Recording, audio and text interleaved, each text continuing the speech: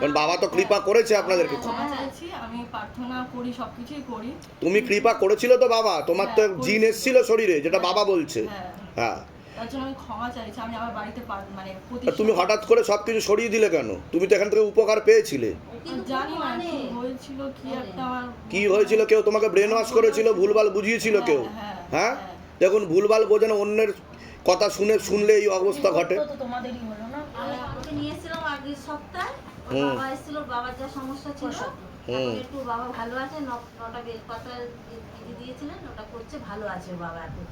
কিন্তু ওর সমস্যা হচ্ছে রাতে করে ভয় পায়, মাথাটাকে যেন কে ঘুরে বেড়াচ্ছে, উঁকি মেরে দেখছে, আর বুকে কে চেপে বসে, আর বারে বারে হাত ধরে। দেখুন আমি একটা কথা বলি, কথা হলো বাবা একটু রুষ্ট রয়েছে আপনাদের উপর, বলছে বাবা। তার কারণ হচ্ছে প্রথমে বাবা কৃপা করেছিল আপনাদের উপর, কিন্তু আপনারা বাবাকে অবমাননা করেছেন বলছে। আপনারা কি শিবধামের সব কিছু নামিয়ে ফেলেছিলেন? ওকে কে বলেছিল, ওর মাথাটা কেমন হয়ে গেছিল, নিয়ে ও সব মন্দিরে দিয়ে এসছে।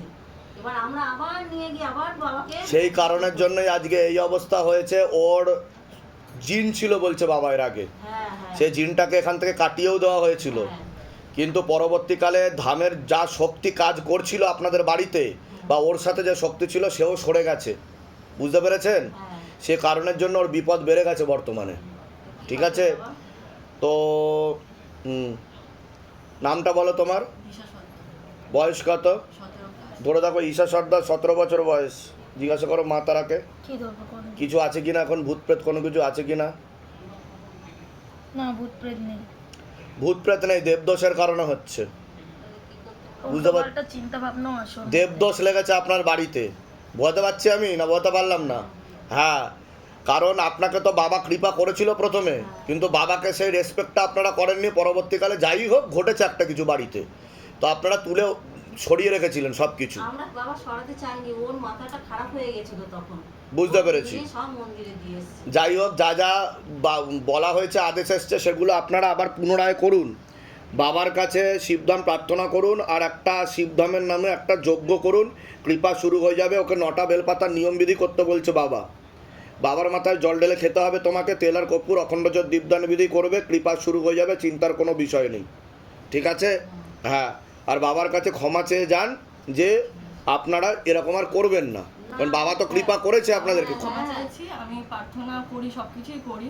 তুমি কৃপা করেছিল তো বাবা, তোমার তো জিন এসেছিল শরীরে, যেটা বাবা বলছে।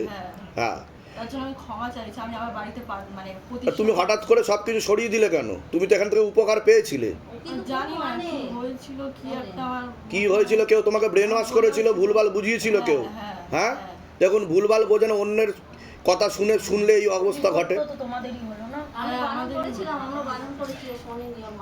ওর কাছে কোনো ভূত প্রেত নেই, কিন্তু বাবা বলছে ওর সাইকোলজিক্যাল মেন্টাল প্রবলেম হয়ে যাচ্ছে। এটা হচ্ছে হলো দেবদোষের কারণে, দেবদোষ লেগে গেছে আপনাদের বাড়িতে। কৃপা হবে, আমি যা যা করতে বলছি করুন, আর শিবধামের নামে একটা যজ্ঞ করিয়ে নেবেন। আহুতি দেবে ওম নমঃ শিবায় শক্তিরূপে গুরুপিরানন্দম নামা ওম ফট স্বাহা, বোঝা গেল? এতে মন্ত্র করে আহুতি দেবে, আর মহামৃত্যুঞ্জয় হোমযজ্ঞ হবে একটা। ঠিক আছে, যান, কৃপা শুরু হয়ে যাবে। ওটা বাড়িতেই আপনারা ব্রাহ্মণ দিয়ে করাবেন, বাড়িতেই করাবেন, শিবধামের নামে করাবেন, কৃপা শুরু হয়ে যাবে। আর তুমি মানসিক জপটা করবে, ওম নমঃ শিবায় শক্তিরূপে গুরুপিরানন্দম নাম, ব্যাস। তোমার একটা ছবি জমা করি, যাও 9টা বেলপাতার নিয়ম বিধি করো, যাও। যেখানে আপনারা প্রতিষ্ঠা করেছেন বাবাকে বাড়িতে, ওইখানে সামনেই হোমযজ্ঞটা করতে বলছে গুরুদেব।